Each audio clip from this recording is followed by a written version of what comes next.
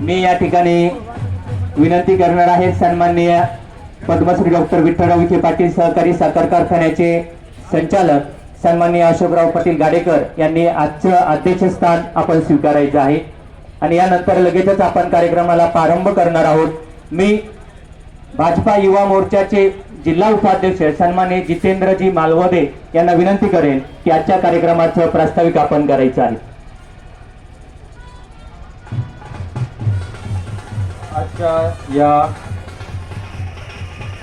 विविध विकास कामांच्या उद्घाटनाप्रसंगी उपस्थित असलेले सन्माननीय डॉक्टर सुजयदादा विखे पाटील, प्रवरा सहकारी साखर कारखान्याचे संचालक माननीय सुनील भाऊ तांबे, माजी संचालक माननीय अशोकदादा गाडेकर, प्रवरा सहकारी बँकेचे संचालक माननीय विजयराव तांबे, माजी संचालक माननीय प्रतापराव तांबे, माजी सभापती माननीय नंदाताई तांबे, उपस्थित असलेले सर्वच मान्यवर व उपस्थित असलेले सर्व युवक, महिला भगिनी व दाड बुद्रुक ग्रामस्थांनो, आज या ठिकाणी रुपये 4,03,00,000 रुपयाचा निधी याचा भूमिपूजन आणि उद्घाटन माननीय डॉक्टर सुजयदादा विखे पाटील यांच्या हस्ते या ठिकाणी होत आहे। त्याचबरोबर आपल्या महायुती सरकारने आणलेल्या मुख्यमंत्री वयोश्री योजनेचं ते देखील उद्घाटन आणि प्रक्रिया या ठिकाणी पार पडत आहे। त्याचबरोबर जनसेवा फाउंडेशनच्या अंतर्गत महिला बचत गटांना फूड प्रोसेसिंग युनिटचं वितरण या ठिकाणी होत आहे। दादा, या ठिकाणी महिलांची संख्या बघता आपल्या सरकारने जी लाडकी बहीण योजना राबवली त्याचा किती मोठा परिणाम दिसतोय, किती मदत महिलांना या ठिकाणी झाली ते यातून आपल्याला दिसत आहे। आपण वेळोवेळी ग्रामपंचायतीसाठी विविध विकास कामांसाठी निधी दिलाय, साहेबांनी दिलाय। त्याच पद्धतीने जिल्हा परिषदेच्या माजी अध्यक्ष माननीय सौ शालिनताई विखे पाटील व धनश्रीताई विखे पाटील यांनी बचत गटांना जे सक्षमीकरण केलं, बचत गटांच्या माध्यमातून जो रोजगार उपलब्ध केला, याचं देखील आम्ही दाडवासी आपले ऋणी आहोत। त्याचबरोबर माननीय नामदार साहेबांच्या माध्यमातून प्रवरा ग्रामीण शिक्षण संस्थेमार्फत आचार्य चाणक्य कौशल विकास केंद्र सुरू करून युवकांना रोजगार मिळाला।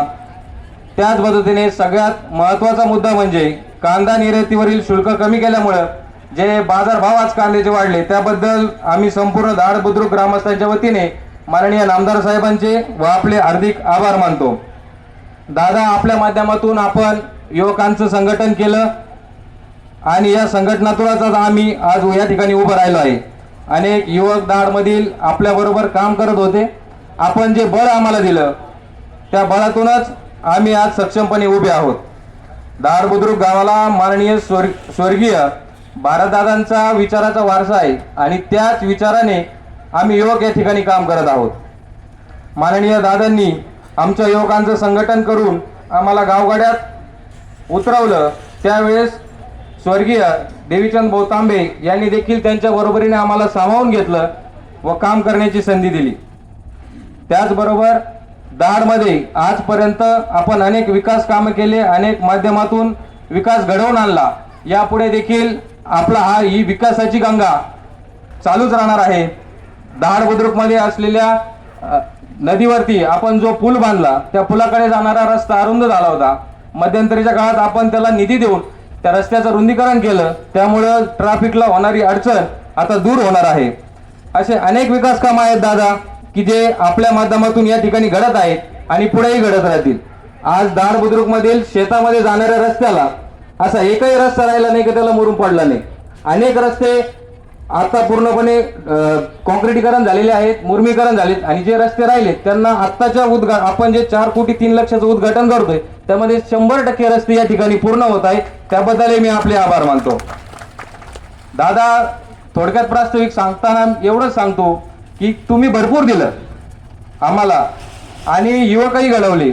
यानंतर येणाऱ्या विधानसभेमध्ये आता आम्हाला नामदार साहेबांना ताकद द्यायची।